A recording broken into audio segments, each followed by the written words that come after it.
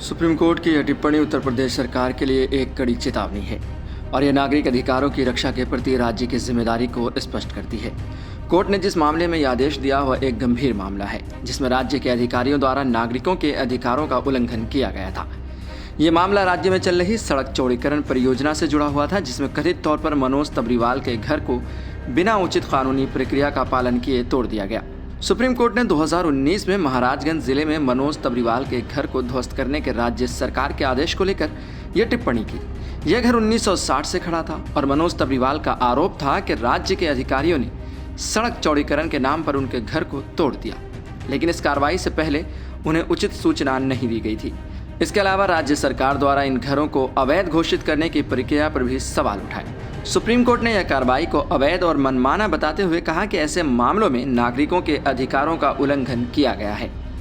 अदालत ने यह भी स्पष्ट किया कि राज्य के अधिकारियों को किसी भी नागरिक की संपत्ति को नुकसान पहुंचाने से पहले पूरी कानूनी प्रक्रिया का पालन करना आवश्यक है।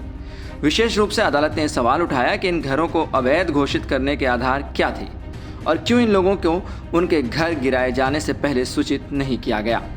सुप्रीम कोर्ट ने राज्य सरकार को 25 लाख रुपए का अंतरिम मुआवजा तुरंत प्रदान करने का आदेश दिया। अदालत ने यह माना कि जब किसी का घर ध्वस्त होता है तो इसका सीधा असर उसके परिवार के जीवन पर पड़ता है और इससे आर्थिक और सामाजिक संकट उत्पन्न होता है। इस मुआवजे के माध्यम से अदालत ने राज्य सरकार को यह सुनिश्चित करने का आदेश दिया कि पीड़ितों को तत्काल राहत दी जाए ताकि उनका जीवन सामान्य हो सके। अदालत ने राज्य सरकार को यह भी स्पष्ट कर दिया कि भविष्य में किसी भी तरह की सरकारी कार्रवाई करने से पहले राज्य के अधिकारियों को कानूनी नियमों और दिशा निर्देशों का पालन करना होगा।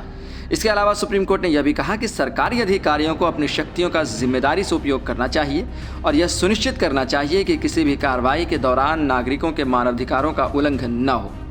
मुख्य न्यायाधीश ने कहा, यह महत्वपूर्ण है कि सरकारी अधिकारी अपनी शक्तियों का जिम्मेदारी से उपयोग करें और किसी भी कार्रवाई के दौरान नागरिकों के अधिकारों की सुरक्षा सुनिश्चित करें। राज्य को अपने कार्यों से यह साबित करना होगा कि वह प्रत्येक नागरिक के अधिकारों का सम्मान करता है और उनकी समस्याओं को समझने और हल करने के प्रति गंभीर है। कानून और मानवाधिकार के दृष्टिकोण से महत्व यह आदेश भारतीय न्यायपालिका द्वारा राज्य सरकारों को याद दिलाने का एक अच्छा तरीका है कि वे नागरिकों के मौलिक अधिकारों का उल्लंघन करने से बचें और कानूनी प्रक्रिया का पालन करें। सुप्रीम कोर्ट का यह बयान एक उदाहरण प्रस्तुत करता है कि जब भी सरकार किसी कार्रवाई को अंजाम देती है तो उसे केवल अपने विकासात्मक या प्रशासनिक कार्यों को पूरा करने पर ध्यान नहीं देना चाहिए, बल्कि यह सुनिश्चित करना चाहिए कि नागरिकों के अधिकारों का सम्मान किया जा रहा है।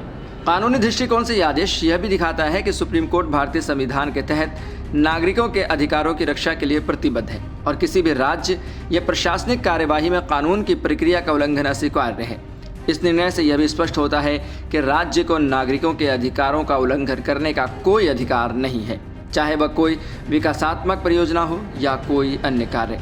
सुप्रीम कोर्ट का यह आदेश राज्य सरकारों को यह संदेश देता है कि उन्हें अपने कार्यों में अधिक संवेदनशील और जिम्मेदार होना चाहिए ताकि किसी नागरिक के अधिकारों का उल्लंघन न हो। यह मामला एक गंभीर उदाहरण है कि कैसे स्थानीय प्रशासन द्वारा बिना उचित सूचना और कानूनी प्रक्रिया के नागरिकों की संपत्तियों को नुकसान पहुंचाना न केवल मानवाधिकारों का उल्लंघन है बल्कि यह संवैधानिक मूल्य और न्याय की अवहेलना भी है। सुप्रीम कोर्ट का यह आदेश सिर्फ योगी सरकार के लिए ही नहीं बल्कि दूसरे राज्य के सरकारों के लिए भी एक चेतावनी है कि वो बुलडोजर कार्रवाई करें तो ज़रा ध्यान में रहकर करें ताकि उन्हें फिर से कोर्ट की फटकार न लगाई जाए। ऐसी खबरों के लिए देखते रहें सहारा समय का समय डिजिटल।